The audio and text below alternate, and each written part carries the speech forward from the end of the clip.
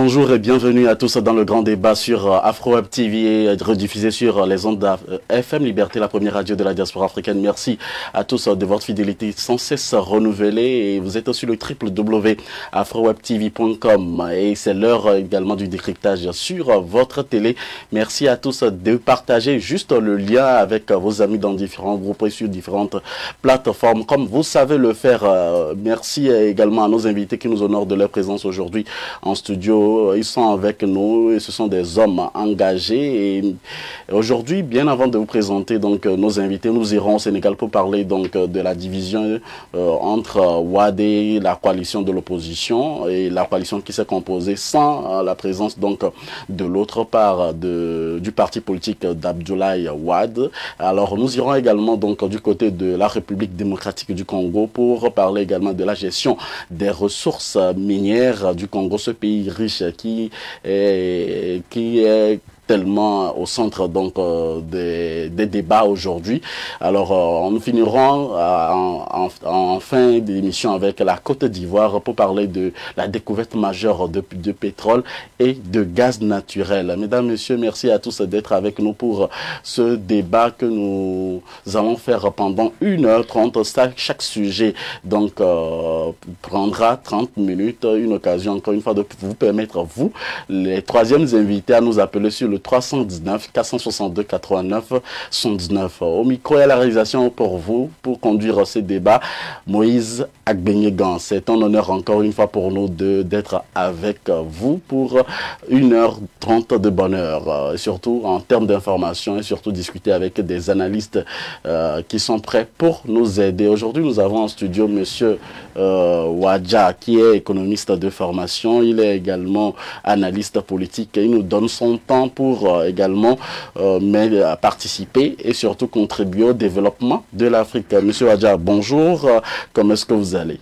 Oui, bonjour mon frère Moïse, je vais très très bien. Et merci encore une fois de nous avoir accordé la chance de donner notre point de vue sur les sujets concernant notre cher continent, l'Afrique.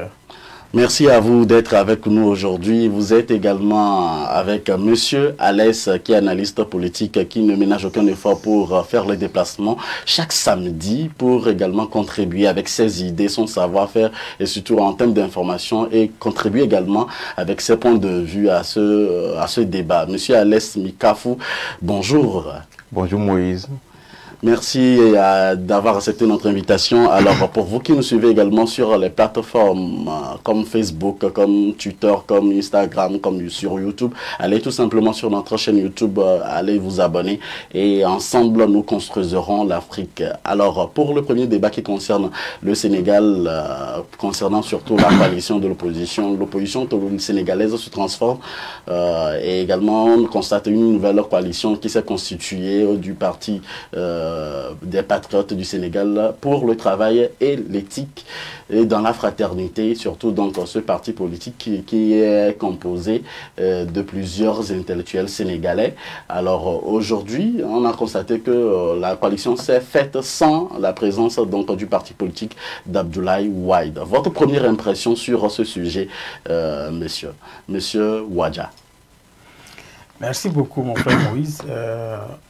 Je dirais que c'est devenu une coutume en Afrique où lorsque l'opposition se bat et qu'on n'arrive pas vraiment à défier le parti au pouvoir, on essaie de trouver des solutions en se mettant plutôt en coalition et tout.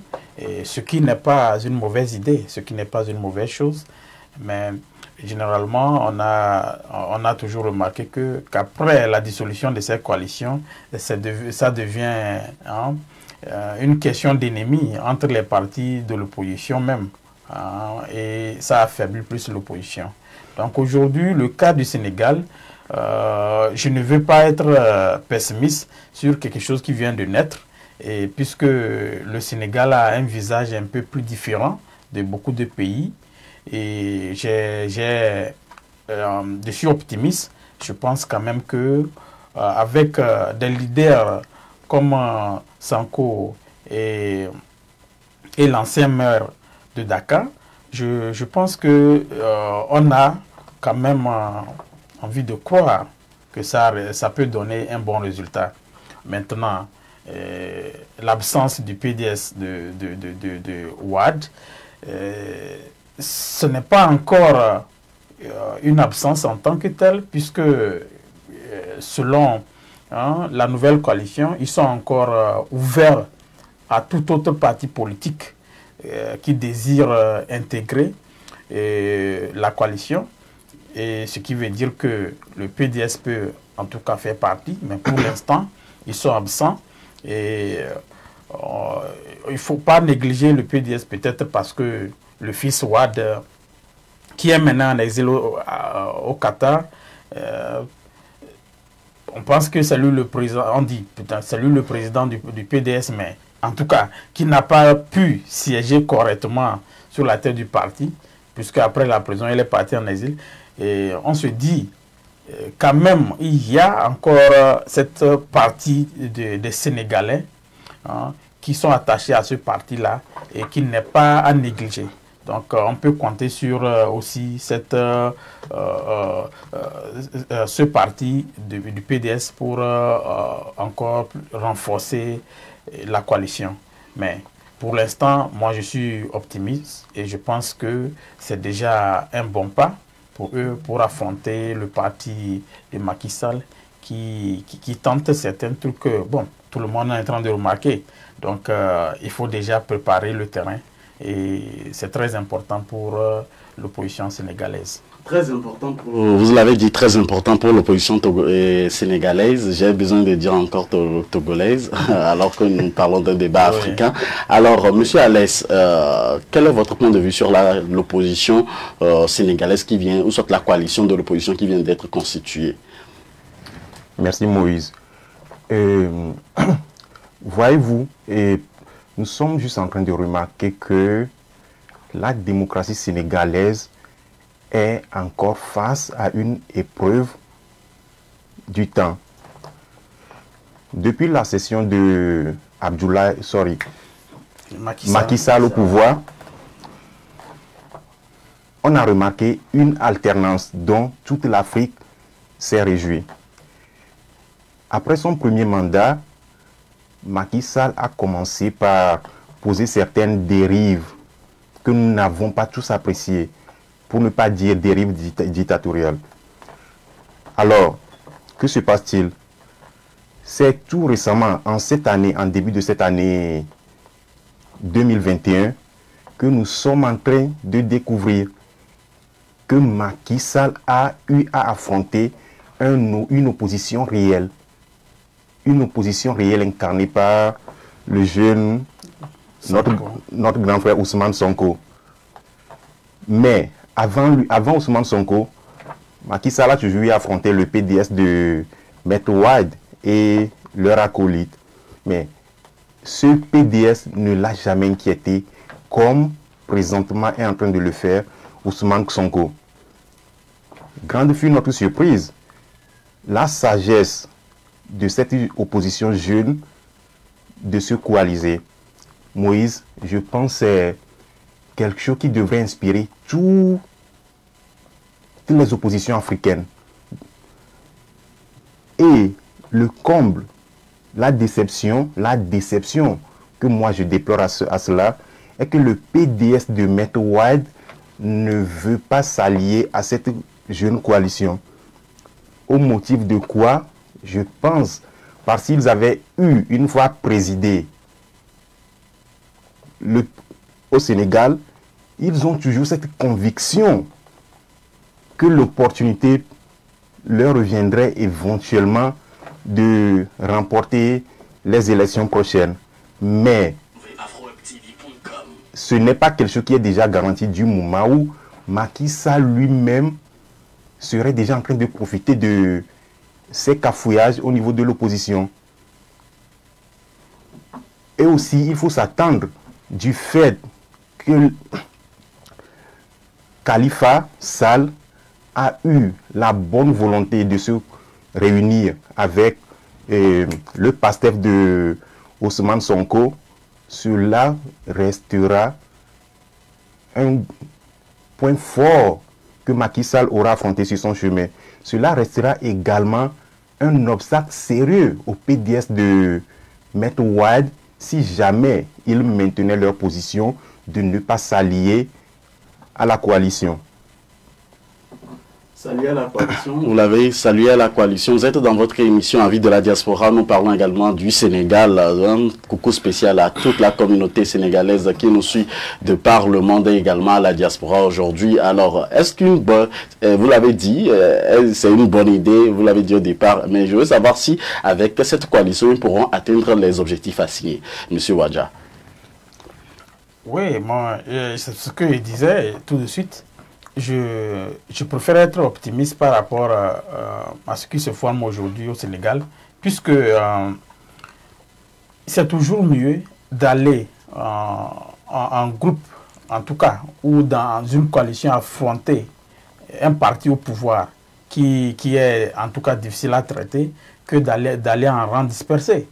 Et nous avons vu l'exemple dans plusieurs pays en Afrique, notamment au Togo par exemple, où l'opposition a des difficultés à affronter le parti au pouvoir, puisque chaque fois que les coalitions se forment, on a toujours un problème de qui va être leader de cette coalition, et après tout ça se dissout. Donc c'est là où j'ai un peu d'inquiétude. Je ne voudrais pas, ou je ne souhaiterais pas voir les mêmes scénarios au Sénégal, puisque, comme je l'ai dit, une fois que les gens se mettent ensemble, comme parti d'opposition, pour défendre un but, et finalement, ils n'arrivent pas à atteindre ce but, cette dissolution va plus affaiblir l'opposition. Puisque, entre eux maintenant, difficilement ils se font confiance, et s'il faut, là où il faut quand même que l'opposition profite, avoir plus de voix, si c'est les élections législatives et autres, recueillir beaucoup de voix pour avoir des sièges au sein du Parlement, on risque d'aller en rang dispersé, gagner 2 par ici et 1 par là. Finalement, on se retrouve au Parlement avec peut-être 5 députés et on ne peut rien fournir comme résultat.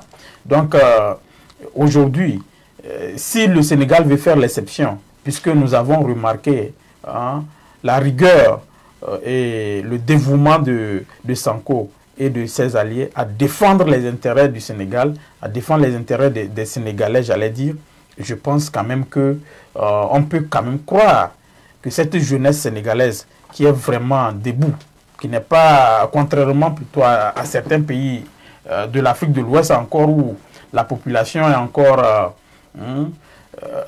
méfiante par rapport à la politique. Les gens ne veulent pas ouvertement s'engager. Ils ne veulent pas défendre leurs droits, ils ne veulent pas défendre leurs propres intérêts. Et ils attendent que ce soit seulement peut-être un leader d'opposition, un jour qui prenne le pouvoir, alors que c'est le peuple qui donne le pouvoir. Donc, au Sénégal, on a vu aujourd'hui, autour de Sanko, cette jeunesse vraiment engagée à défendre leurs propres intérêts.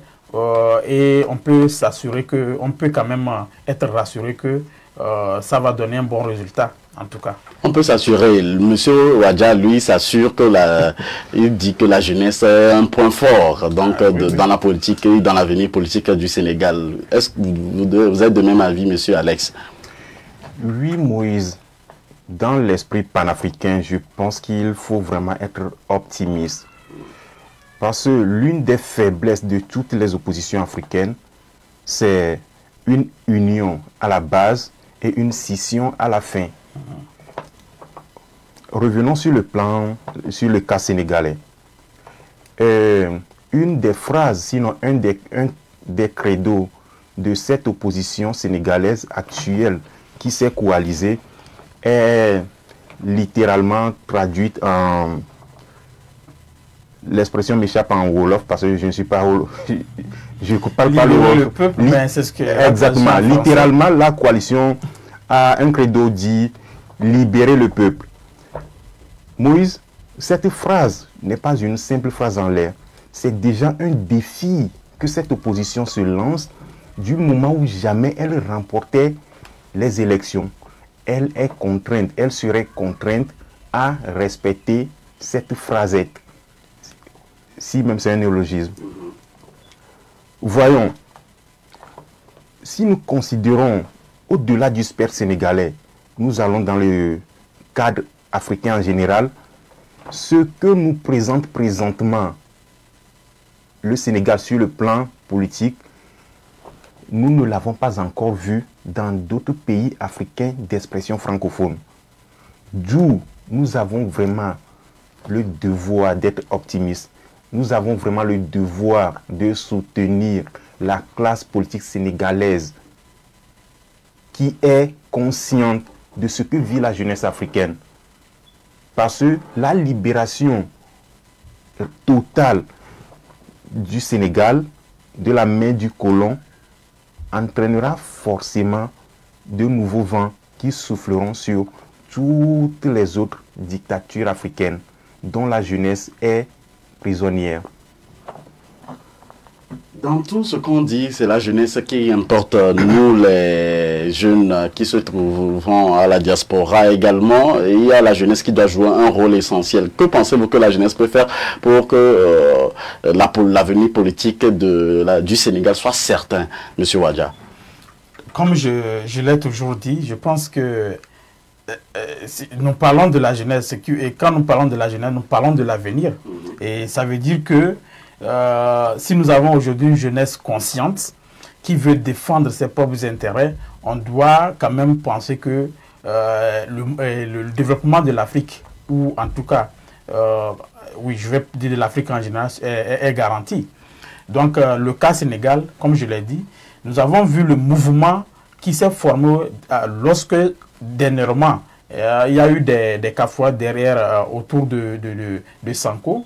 La jeunesse qui s'est soulevée, qui est prête à défendre les intérêts du peuple sénégalais. Et c'est cette jeunesse-là qui peut développer l'Afrique. Et si la jeunesse a bien compris le bien fondé de s'engager politiquement, pas forcément pour faire de la politique, mais pour défendre les intérêts et dire non à ce que le politicien essaie de tramer sur le peuple, je pense qu'il y a des garanties pour un développement ou un lendemain meilleur.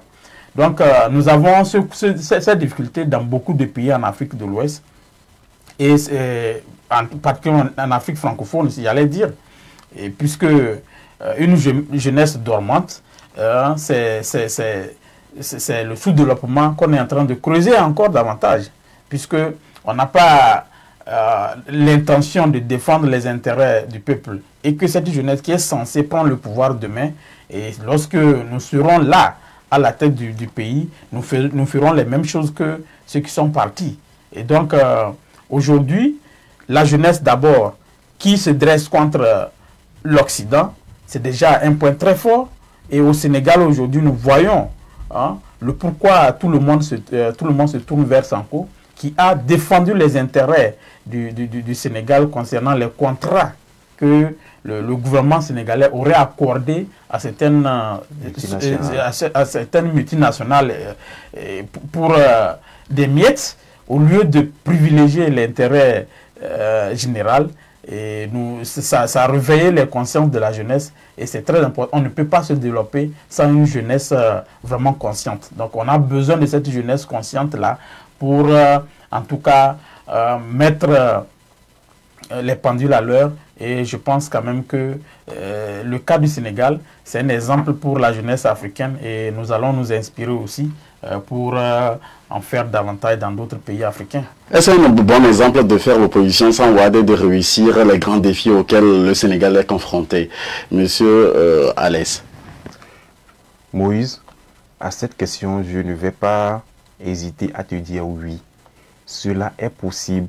Parce que Monsieur Wade, quand il fut président, nous avions vu ce qui s'est passé. Son premier mandat n'a pas été critique, mais son second mandat, visiblement, fut très critique. D'où l'une de ses affirmations selon lesquelles il n'a eu que des tragédies de Premier ministre. Maître Wade a eu à dire une fois que lors de sa présidence, il n'a eu que des tragédies de Premier ministre. Moïse, aujourd'hui, nous voyons tous que l'un des premiers ministres de Wade, c'est lui qui est Macky Sall, qui est aujourd'hui président. Cela suppose que les collaborateurs de Maître Wade à l'époque, ils observaient bien les carences, les tares, sinon les défauts de sa présidence. C'est cette dénonciation qui leur a permis aujourd'hui d'être président. Je parle de Macky Sall. Et aujourd'hui, ce Macky Sall est confronté à la même situation, puisque la célébrité de Ousmane Sonko n'est pas relative au déboire de mœurs qu'il avait eu. Sa célébrité plutôt est liée à la dénonciation des malversations financières que connaît le pays. C'est ça qui fait sa force. Face à un bilan connu de Maître Wade, je pense que cette jeune opposition a toutes les potentialités, tous les atouts possibles pour ces prochaines élections. Remporter les prochaines élections, vous venez de le dire, vous aussi, l'objectif de tout politicien de remporter ces élections-là. Est-ce que ça c'est prometteur pour la coalition de remporter les élections sans Wade et surtout de mettre tout à disposition? Quelles sont les techniques qui peuvent le permettre? Puisqu'on avait parlé dans l'autre émission l'autre fois de certaines techniques. Quelle est la chance que l'opposition, soit la coalition de l'opposition, a aujourd'hui pour remporter les élections sénégales? À mon avis, c'est vrai que l'opposition, cette coalition peut peut-être réussir, je dis bien peut-être, peut réussir sans le PDS de Wade, mais comme je l'ai toujours dit, en politique on ne néglige rien. Et le PDS quand même a été un parti très solide qui a pris le pouvoir et qui a été au pouvoir. Donc nous comprenons que c'est nécessaire pour cette coalition d'engager au moins les discussions avec ce parti expérimenté pour, en tout cas, essayer, voir s'ils peuvent s'entendre sur certains points, puisque le PDS dit qu'ils n'ont pas... Il y a eu beaucoup de désaccords sur les points, certains points qui n'ont pas forcément énumérés, mais ils insistent que la vision de cette coalition ne respecte pas certains de leurs points de vue. Donc, peut-être que ces deux camps pourront avoir des discussions et puis essayer d'améliorer le climat. Parce que, comme je l'ai dit, en politique, on a besoin de peut-être 100 000 voix et que ce sont les 100 000 voix qui vont les faire perdre cette chance de déraciner ce Macky Sall.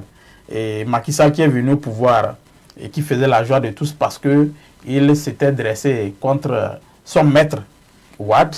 C'est ce qui se dessine aujourd'hui, mais nous voulons quand même que l'opposition sénégalaise soit en parfaite harmonie. Si on pense que, parce qu'on a beaucoup de visibilité, on peut gagner, il ne faut pas quand même négliger un parti aussi important comme le PDS. Vraiment. Monsieur Alex, vous voulez réagir? Oui. Allez-y. Je suis plus optimiste à la victoire de la coalition sénégalaise, puisque Moïse, un maire n'est pas n'importe qui. Oui. En politique, surtout le maire de Dakar, l'ex-maire de Dakar, Moïse, c'est un point fort. En quoi est-ce que c'est un point fort? En communication, en relation, et surtout en termes de bilan. Parce que les pays francophones d'Afrique, les capitales sont les principaux points où se concentre toute l'organisation politique. Ce n'est pas ça que, par exemple, certains pays ont fait, concentrent leur politique sur les capitales et que sur les autres régions du pays.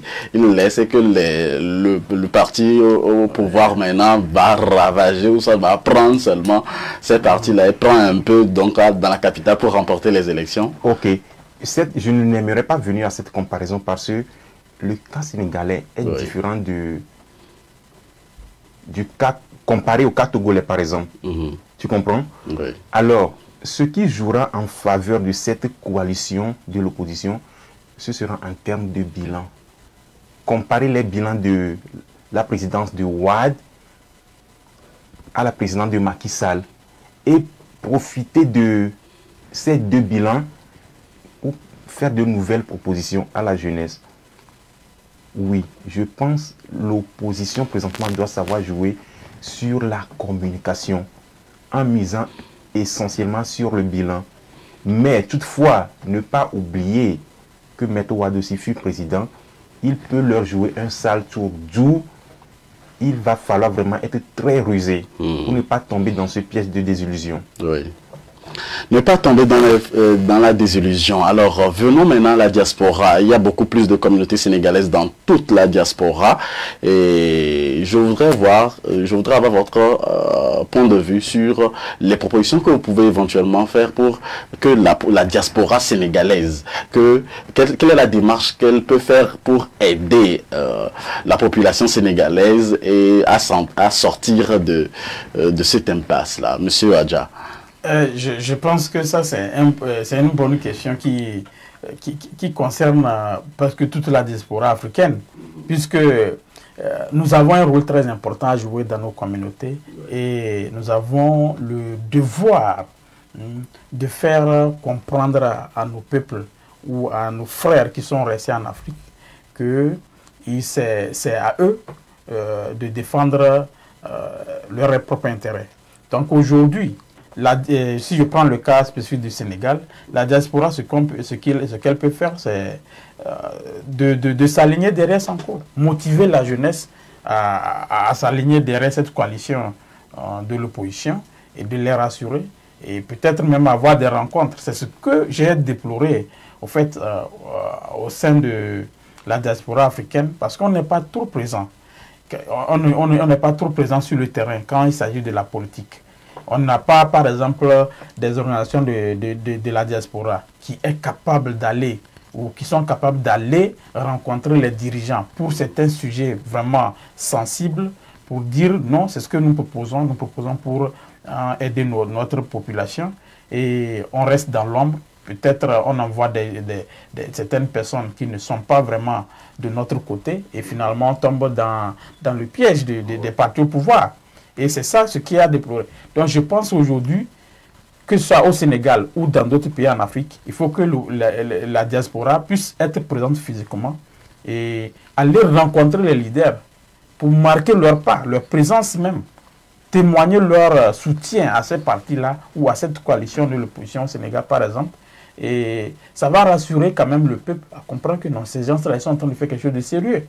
Donc, lorsqu'on veut rester dans l'ombre et peut-être faire des petits commentaires sans vraiment se montrer sur le terrain ou sans vouloir défendre réellement ces intérêts-là, on risque de ne pas apporter suffisamment de pierres à la construction. Donc, c'est ça le souci qu'on a aujourd'hui. Alors, monsieur Alès, quelle est votre proposition que vous pouvez faire à la diaspora africaine pour contribuer au développement sur le plan politique du Sénégal? Moïse, au moins la diaspora sénégalaise a cette chance de ne pas être poursuivie comme le sont certaines diasporas. Donc, ils n'ont pratiquement pas d'exilés politiques. Là, c'est déjà un avantage. Un avantage, oui. Merci. Au-delà de ça, Moïse, il faut noter que toute élection, quelle qu'elle soit, nécessite un budget conséquent. La diaspora aujourd'hui est consciente de ce qui se passe. La diaspora peut bien mieux faire le bilan de la gestion de la chose publique au Sénégal, mieux que la population en place. Parce que c'est cette diaspora qui envoie les Western Union, les RIA consorts. Justement. D'où la conscientisation de la diaspora peut être très bénéfique à la coalition. Le support, le soutien financier, c'est aussi un des facteurs très prépondérants à faire avancer cette coalition. Parce que Ousmane Sonko, en dénonçant les déboires fiscaux de son pays, il faut noter que lui-même, il se conditionne à ne pas tomber dans le piège de la corruption. D'où il doit être avisé à ne pas tomber aussi dans le piège des financements en cachette du genre, les multinationales qui peuvent éventuellement l'influencer aujourd'hui pour remporter une élection qui lui sera demain un piège. Parce que lorsque tu prends l'argent de quelqu'un aujourd'hui, demain tu auras des comptes à lui rendre. Ah, ça c'est sûr. Ou soit cette personne te conditionnera. Du moment où tu refuses, elle te créera tous les problèmes de ce monde.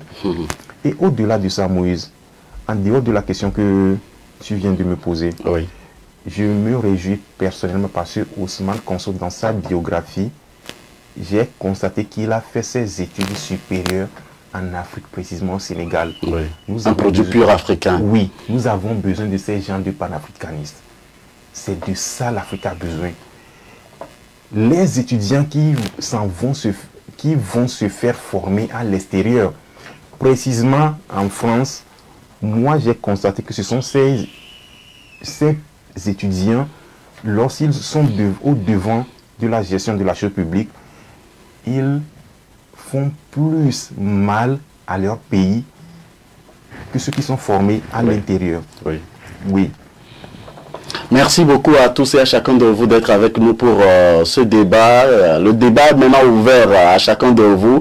Vous pouvez aller en commentaire sur les réseaux sociaux comme Facebook et YouTube. Bien évidemment, vous êtes au bon lieu pour également contribuer de votre manière aussi à l'évolution de la politique et de l'avenir politique de l'Afrique. Et vous êtes sur Afro TV. Nous allons faire une petite pause pour permettre également à nos invités de se ressourcer. Et on revient juste derrière après la pause. Voulez-vous sponsoriser l'une de nos émissions sur Afro-Web TV ou contribuer à l'évolution de la chaîne de la diaspora africaine Afro-Web TV?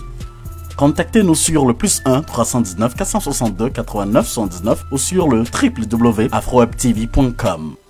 Merci de soutenir votre chaîne Afro-Web TV par Cash App ou par Zelle sur le +1 319 462 89 79 ou par PayPal sur afrowebtv2020@gmail.com. Afro-Web TV, c'est l'Afrique qui gagne.